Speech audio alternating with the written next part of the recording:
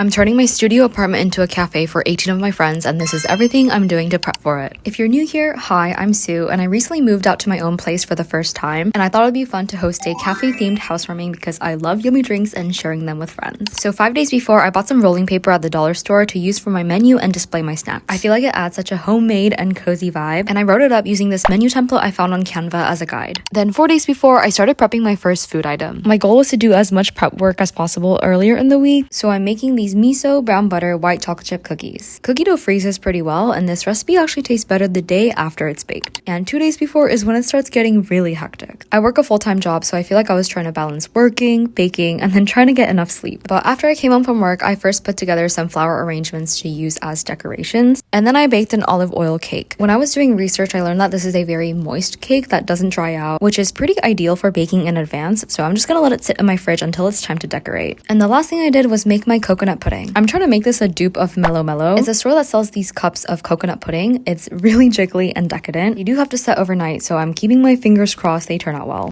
Okay, and I'm gonna have to make a part 2 for this because there's so much more work that has to be done.